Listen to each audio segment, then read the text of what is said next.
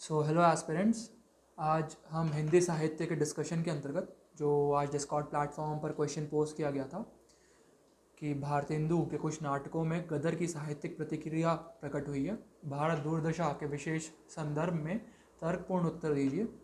ये प्रश्न civil services mains examination 2015 में पूछा गया था हिंदी लिटरेचर के वैकल्पिक विषय के अंतर्गत मुख्य परीक्षा में। यदि आपके पास या आपको ये प्रश्न नहीं मिला है तो आप वीडियो के डिस्क्रिप्शन के अंतर्गत ये प्रश्न देख सकते हैं। तो देखिए, अभी से या आज से हम हिंदी साहित्य के अंतर्गत जो वैकल्पिक विषय में सिलेबस या पाठ्यक्रम के अंतर्गत नाटकों को रखा गया है उसका डिस्कशन करेंगे, और इस डिस्कशन की शुरुआत हम भारत दूरदशा से करने वाले हैं। इसके पहले तक हमने कहानियों के डिस्कशन को देखा, कहानियों को देखा, विशेषकर हमने प्रेमचंद जी की कुछ कहानियों को देखा। उसके पश्चात हमने एक दुनिया समानांतर में जो प्रमुख कहानियाँ थी उनके डिस्कशन को लिया। ज़रूरी अब ये हो जाता है आपके लिए कि अब एक दुनिया समानांतर में जो कहानियाँ बची हुई हैं कृपया जाके अब उन्हें अपने आप से पढ़ें और उनके नोट्स बना लीजिए।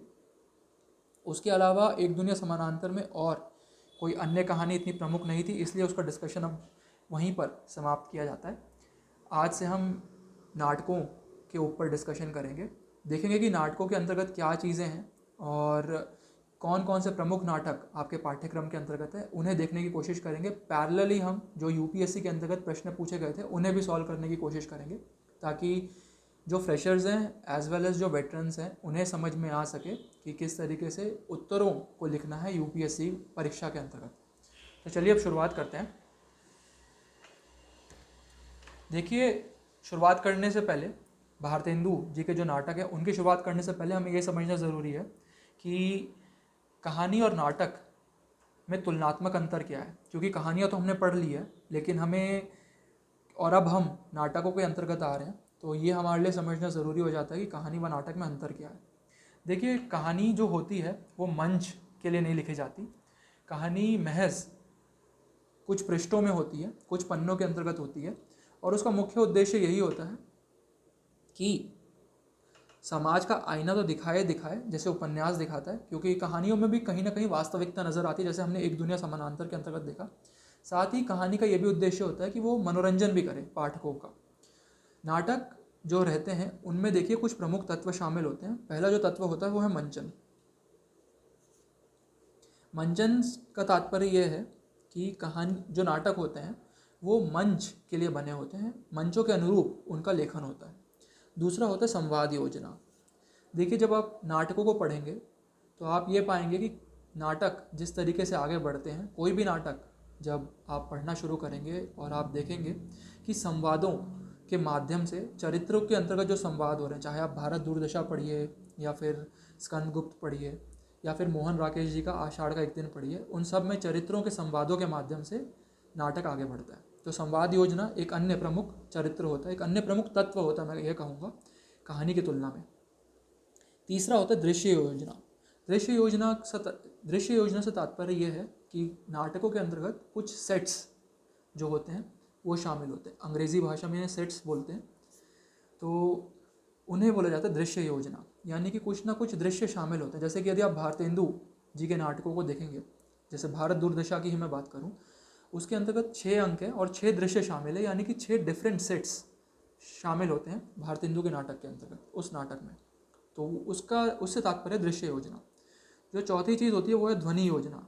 यानी कि कहा नाटकों के अंतर्गत क्या होता है कि कई बार जो लेखक होते हैं वो ध्वनियों के माध्यम से चरित्रों के मनःस्थिति को दर्शाने की कोशिश करते हैं। उदाहरण के स्वरूप में ध्वनि योजना का बेहतरीन उपयोग आषाढ़ का एक दिन जो नाटक है, आषाढ़ का एक दिन मोहन राकेश जी के द्वारा जो लिखा गया है उसमें बेहतर रूप से प्रयोग किया गया है। उन्होंने ना सिर्फ घोड़ों के जो टाप होते हैं, घोड़ों के जो टापों के से निकलने वाली जो आवाज़ होती है उसका भी उपयोग किया है, साथ ही बादलों के गर्जन की भी आवाज़ का बेहतरीन रूप से प्रयोग मोहन राकेश जी करते हैं। तो ये ध्वनि योजना भी एक प्रमुख तत्व होता है नाटक के अंतर्गत। जो एक अन्य तत्व, पांचवा जो चीज़ होती है वो है गीतों का समावेश।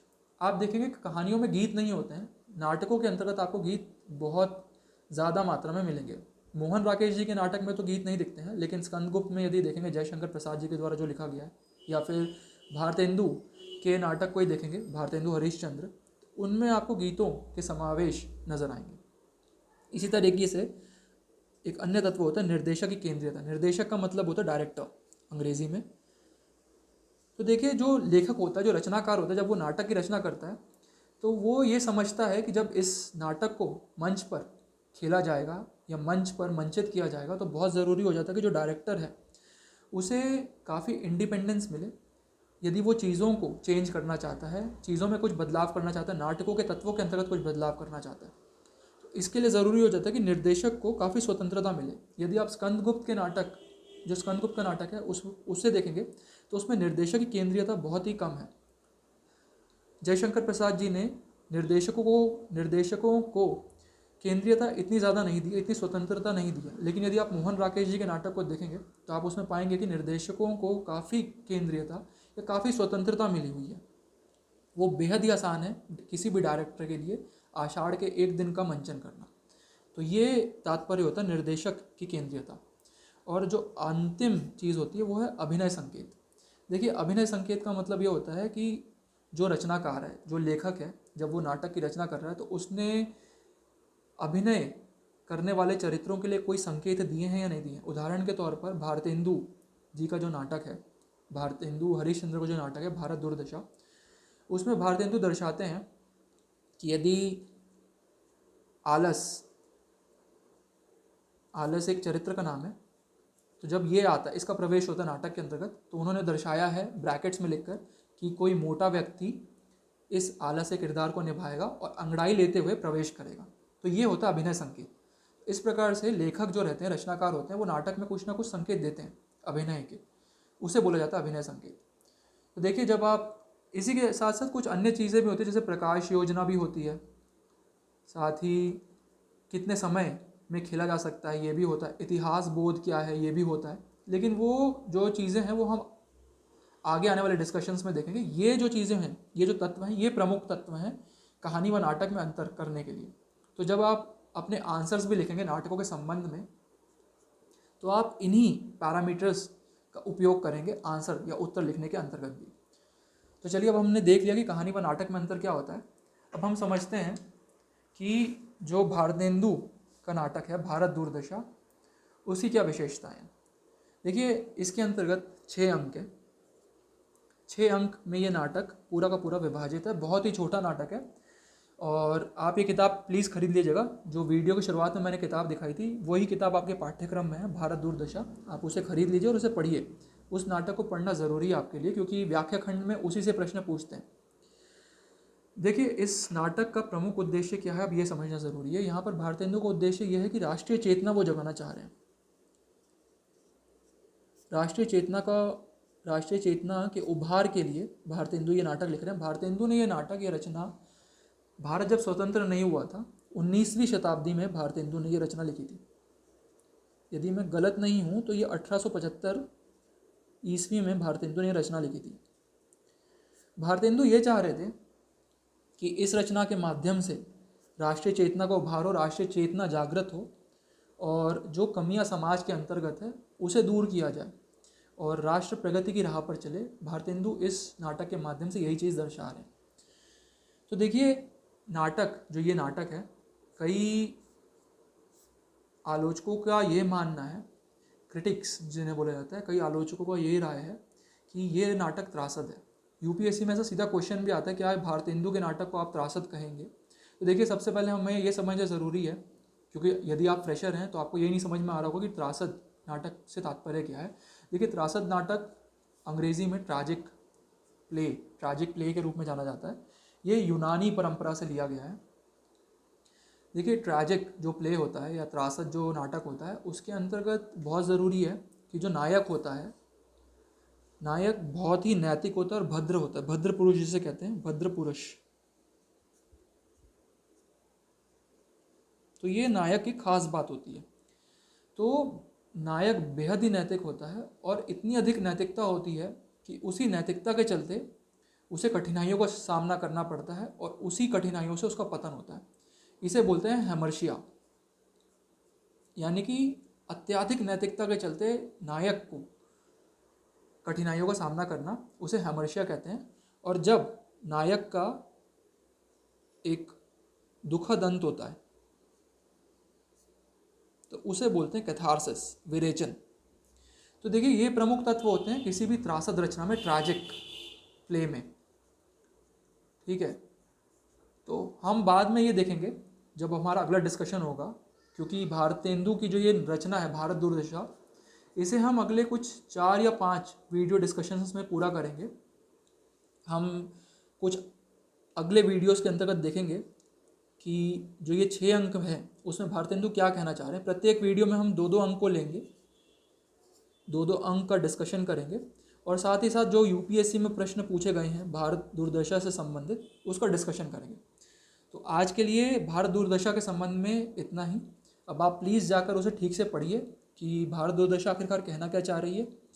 और अब हम आज का जो प्रश्न है उसे डिस्कस करते हैं। यदि प्रश्न आपके पास नहीं है तो आप इस वीडियो के डिस्क्रिप्शन बॉक्स के अंतर्गत जाके देख सकते हैं उस प्रश्न को। जैसे मैंने बताया ही था, ये यूपीएससी सीएससी मेंस एग्जामिनेशन 2015 के अंतर्गत पूछा गया था। देखिए क्वेश्चन कुछ इस तरीके से कि भारत के कुछ नाटकों में गदर की साहित्यिक प्रतिक्रिया प्रकट हुई है, भारत दुर्दशा के विशेष संदर्भ में तर्कपूर्ण उत्तर दीजिए। तो क्वेश्चन जो आपसे पूछ रहा है, भले ही उसका फर्स्ट स्टेटमेंट यह है कि भारतेंदु के कुछ नाटकों, तो केवल आपको भारत दुर्दशा ही नहीं पता होना चाहिए, आपको कुछ अन्य नाटक भी पता होना चाहिए भारतेंदु के। लेकिन जो पूरा उत्तर होगा आपका, जो मेन बॉडी होगी, वो भारत दुर्दशा के संबंध में ही होगी। ये ध्यान रखना है आपको। तो इंट्रोडक्शन जब आप देंगे तो इंट्रोडक्शन में आपको भारतेंदु के कुछ नाटकों को दर्शाना पड़ेगा। आपको ये बताना पड़ेगा कि भारतेंदु ही नाटक सम्राट के रूप में जाने जाते हैं, नाटकों के प्रवर्तक या प्रणेता के रूप में देखे जाते हैं। कुछ इस तरीके के वर्ड्स यूज़ करने पड़ेंगे, प्रणेता या प्रवर्तक, शिखर पुरुष, ऐसे कुछ वर्ड्स यूज़ करने पड़ेंगे। और देन आपको बताना पड़ेगा कि उनके कुछ नाटकों, अंधेर नगरी, सत्य हरीशचंद्र या नील देवी, इनमें गदर की साहित्यिक प्रतिक्रिया नजर आती है। तो जो क्वेश्चन के अंतर्गत लाइन थी, आपने नाटकों का नाम ले लिया विभिन्न, और साथ ही साथ वही क्वेश्चन की लाइन रिपीट कर दी। ठीक है, उसके पश्चात अब आप बताइए भारत दुर्दशा में मेन बॉडी जो अब आपकी शुरू हो रही है आंसर की, भारत दुर्दशा के संबंध में बताइए। देखिए भारतेंदु भारत दुर्दशा के अंदर दर्शा रहे हैं कि भारत का पतन किस प्रकार से हुआ है। तो पतन के कारण जो वो दर्शाते हैं कि किन किन कारणों से पतन हुआ है, पहला वो दर्शाते हैं कि आंतरिक कुछ कमियां हैं हमारे देश में, और कुछ बाह्य कारण है। जो बाह्य कारण है वो क्या है कि अंग्रेज़ों के द्वारा जो आक्रमण हुआ है उसे वो दर्शाते हैं। आंतरिक रूप में वो दर्शाते हैं कि आंतरिक कमियां क्या हैं, जैसे कि जातिवाद, ठीक है, सांप्रदायिकता, अज्ञानता, आलस, ये कुछ उन्होंने प्रमुख तत्व दर्शाए हैं, प्रमुख कमियां दर्शाई है भारत के अंतर्गत। तो वो आपको बताना पड़ेगा। साथ में उन्होंने ये चीज़ें किस तरीके से दर्शाई है उसका आपको एग्जाम्पल से उदाहरण देना पड़ेगा। जैसे कुछ कविताएं हैं जो भारतेंदु ने अपने इस नाटक में लिखी, आप उसे दर्शा सकते हैं। उदाहरण के तौर पर वो बोलते हैं कि मदवा पीले पागल जीवन बीतियो जात, बिन मधु जगत सार कछु नाही, मान हमारी बात। यानी कि वो एक तरीके से कटाक्ष कर रहे हैं मद, जो मदिरा पान होता है उस पर वो कटाक्ष कर रहे हैं, मदिरा पान पर। इसी तरीके से आलस्य पर भी वह कुछ कहते हैं। तो वो आप देखिए और उसे अपने इस रचना में शामिल, जो आप आंसर लिख रहे हैं उसके अंतर्गत आपको उदाहरण के रूप में उसे लिखना पड़ेगा। ठीक है, देन आपको आंसर अभी ख़त्म नहीं करना, आपको तुलना करवानी है उसकी आंसर की, क्योंकि आपका आंसर तभी स्टैंड आउट होगा बाकी जो एस्पिरेंट्स या उस साल मुख्य परीक्षा लिखने वाले अभ्यर्थी हैं उनसे कैसे स्टैंड आउट करेंगे आप, जब आप अपने आंसर्स में तुलना करवाएंगे। क्योंकि जो फ्रेशर होता है उसे ये समझ में नहीं आता कि तुलना किस तरीके से करवानी है, और जब आप 2 या 3 मुख्य परीक्षा दे देते हैं तब आपको समझ में आता है कि अच्छा तुलना करवानी ज़रूरी है। तो तुलना देखिए ज़रूरी है कि आप तुलना करवाएं। अभी जैसे आप फ्रेशर हैं तो आपको ये पता नहीं चल रहा होगा कि ये स्कंदगुप्त नाटक कौन सा है, भारत भारती जो कविता है वो कौन सी है, लेकिन आप अभी यहाँ पर ये समझ लीजिए कि जो तुलना करवानी है आपको, ये इन दोनों रचनाओं से करवानी है। इन दोनों ही रचनाओं में जो भारत की समस्याएं हैं उस समय की, जैसे स्कंदगुप्त भी जो था वो 20वीं शताब्दी में लिखा गया है, और भारत भारती भी स्वतंत्रता के पूर्व ही लिखा गया है। मुझे अभी इसका ईयर याद नहीं आ रहा किस वर्ष में लिखा गया है, लेकिन ऐसे ही कुछ 1912 ऐसे ही किसी वर्ष में इसको लिखा गया है। इन दोनों ही रचनाओं में जो उस समय भारत की दुर्दशा चल रही है उस पर टिप्पणी की गई है। तो आपको यहाँ पर इनसे तुलना करवानी है कि स्कंदगुप्त में क्या कहा है जयशंकर प्रसाद जी ने, और भारत भारती के अंतर्गत भी मैथिली शरण गुप्त जी ने भारत की दुर्दशा पर एक टिप्पणी की है, तो वो टिप्पणी आपको यहाँ पर लिखनी पड़ेगी उत्तर के संदर्भ में। और उसके पश्चात आपको प्रासंगिकता बतानी पड़ेगी। आप ये दर्शा सकते हैं वर्तमान समय से जोड़कर कि भारतेंदु जिस लोक कल्याणकारी राज्य की कामना कर रहे हैं, राष्ट्रीय चेतना को जागृत करवाने के स्वरूप में, वही तत्व हमें हमारे संविधान के अनुच्छेद 38 का में नज़र आता है। और इस तरीके से आप अपने उत्तर को पूरा कर सकते हैं। तो अब मैं आशा करता हूँ कि आपको चीज़ें अच्छे से समझ में आई होगी। कोई भी डाउट्स होंगे तो प्लीज़ डिस्कॉर्ड प्लेटफॉर्म पर पूछिएगा। हम नेक्स्ट सेशन में स्टार्ट करेंगे जो प्रथम 2 अंक हैं भारतेंदु हरिश्चंद्र के इस नाटक के, उसका डिस्कशन करेंगे और एक अन्य प्रश्न को देखेंगे इसी संदर्भ में, भारत दुर्दशा के संदर्भ में, जो यूपीएससी की मुख्य परीक्षा में पूछा गया है। तो अब मैं वीडियो यहीं समाप्त करता हूँ। बहुत बहुत धन्यवाद।